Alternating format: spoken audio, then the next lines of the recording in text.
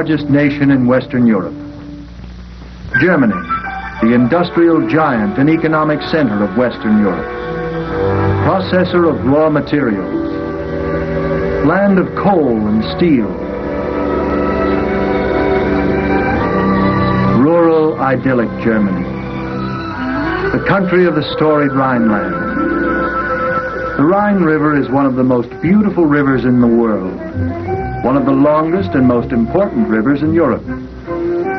Not only Germany, but Switzerland, France, and the Netherlands depend upon this river for their trade. Along the steep banks of the Rhine River stand many monuments of German history. Castles and fortresses of medieval times, ancient resorts of princelings and knights who were once rulers here. The importance of the Rhine lies in her course. The Rhine River flows between Switzerland and Germany to the town of Basel, then continues between Germany and France to Strasbourg, and from there on passes through Germany to reach the sea in the Netherlands. Two important regions are crossed by the river. The mountainous region that rises in the middle of Western Europe, and the northern plains stretching from the Netherlands eastward across Germany into Poland and Russia.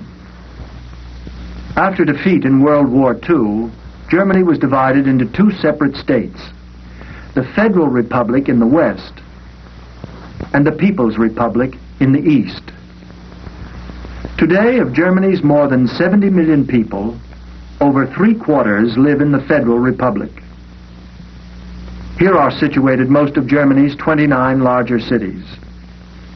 We shall begin our exploration in the mountainous uplands of the south, where the development of modern Germany began, and where the industrial age has least changed the face of the land. Long before historic times, lake dwellers built villages here. One of the oldest traces of human settlements was found in Neanderthal. Long before our era, Roman legions built a defense wall through Germany and fortified their permanent camps. Much of the face of Alpine Germany is peaceful and beautiful. Bavaria is an alpine region, a land of towering mountains with green valleys between. It's a landscape of clear water lakes shaded by deep forests. As the valley broadens and the slopes gentle, alpine meadows become accessible to cattle. The same families have dwelt here for many generations. The upland villages of southern Germany have changed little over the ages, and the people have preserved their old ways and crafts, like the woodsman in the Black Forest, like the wine growers of the Rhine region, like the farmers of the mountain slopes. Farmer Johannes Schmidt uses a power clipper, a very handy tool for harvesting his wheat on the small and slanted fields. The whole family works together, especially at harvest time.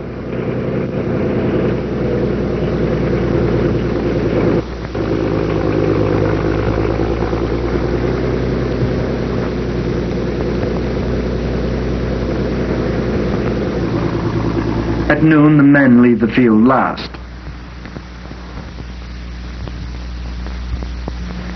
Many generations of Schmidts have built this large Bavarian farmhouse. Under the same roof are housed the people, the cattle, and the storage bins.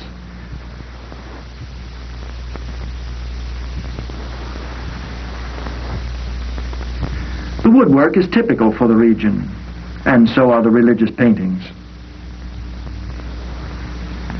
A substantial farm dinner has been prepared by the youngest sister, but the farmer's wife serves. The dish is called Pickelsteiner, made of potatoes and other vegetables. Farm work is hard work, but the Schmidts would not change their way of life. Grandpa is still treated as the head of the household. This is a patriarchal society. The oldest male member of the family is respected, even though the son has taken over the management of the farm. But the German farmland cannot feed the whole population.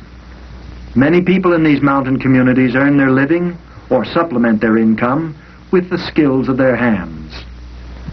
Craftsmen, like this violin maker, gave German workmanship a name the world over. Such handicraft skills are often transferred into other fields, porcelain ceramics, for instance. In this plant, which once served the kings of Bavaria, skilled hands fashioned porcelain objects in the style of earlier times. These delicate knickknacks and dishes are only a few samples from the rich collection of porcelain products of the workshops at Nuremberg in Bavaria. The development of these handicraft industries was fostered centuries ago by the growth of trade in southern Germany. This is a typical German town square in southern Germany. The town is richly adorned with the works of art and craftsmanship created during the Middle Ages and the Renaissance, when the master craftsmen and merchants of these cities were taking the lead in commercial and cultural development of Europe. The signs of the guilds that once flourished in these towns may still be found on the old guild halls. Even today, the old ways survive. People still do much of their trading in the open-air markets, where they like to buy goods brought into town directly from the farms. Everywhere in the background are monuments to remind them of the past. Out of the old crafts, there grew up in these cities a number of modern industries. The city of Nuremberg is one of the world centers of the toy industry.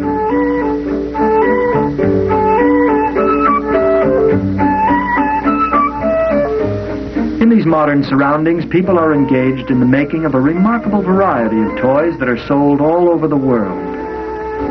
For the ingenious creations of German toy makers, inheritors of their ancestors' art, are one of the nation's export products. Another leading skilled craft industry is situated at Oberkochen, near Stuttgart. Here they make fine lenses for cameras and other optical instruments. This is just one of a number of industries in which the unique technical talent of the German people has gained them worldwide recognition. These products will go largely to markets abroad.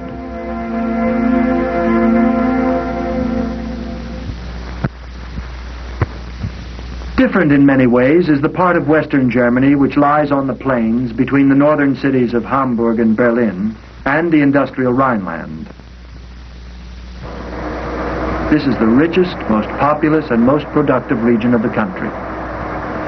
Here on the flat land, farms are larger and efficient machinery can be used. Most of Germany's grains are grown on the northern plains.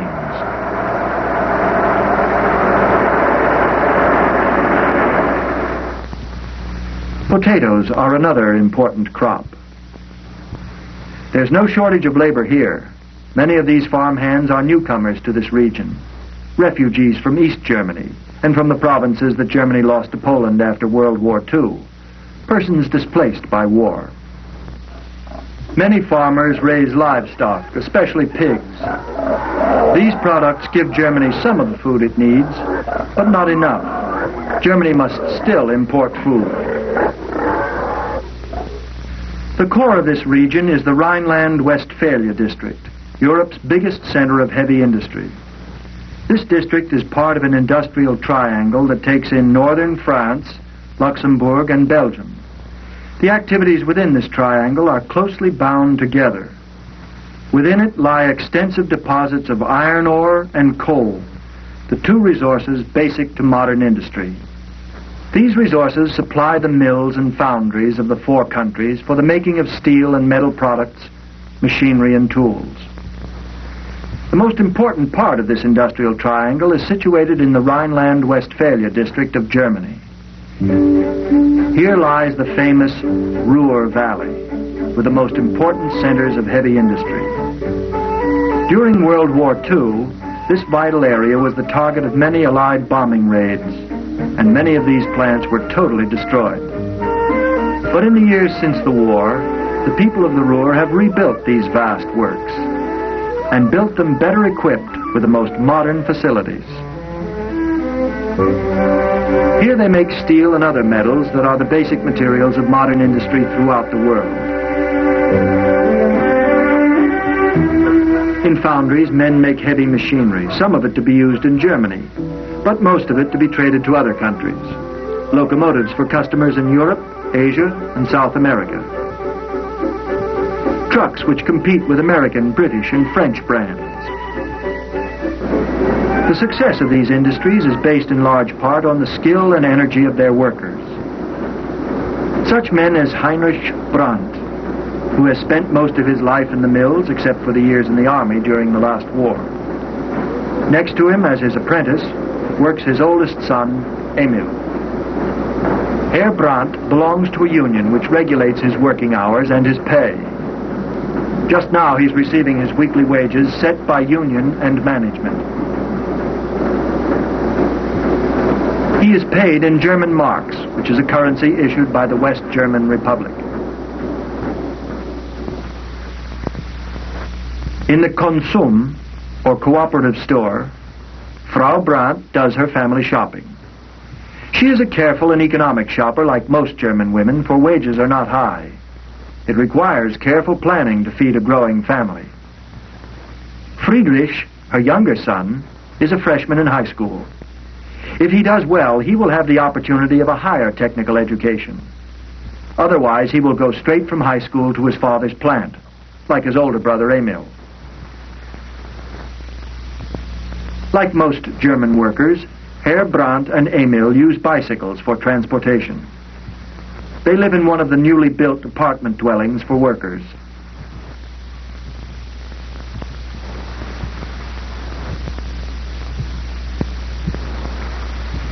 Their small apartment is rather simply furnished, but the Brandts are a contented family.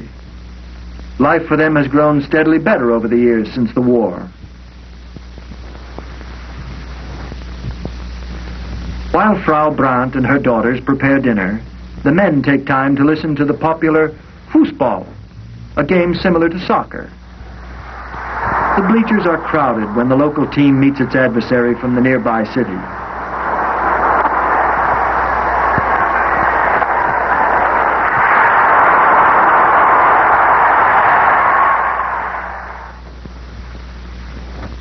In spite of this successful recovery from defeat in war, the greatest problem that Germany faces today is the division of the country.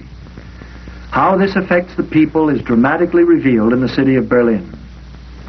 After the war, divided into 4 zones, Berlin is still split between the communist East and the free West, facing each other inside the city. Control of Berlin, just like the country itself, is split between the Western Federal Republic and the Eastern People's Republic. To this day, the silhouette of Berlin dramatizes the results of a disastrous war. Berlin, the nucleus of Hitler's Germany and center of the country's vast communications network, was a primary target for Allied bombing. After years of clearing, the debris of war is still seen in parts of Berlin.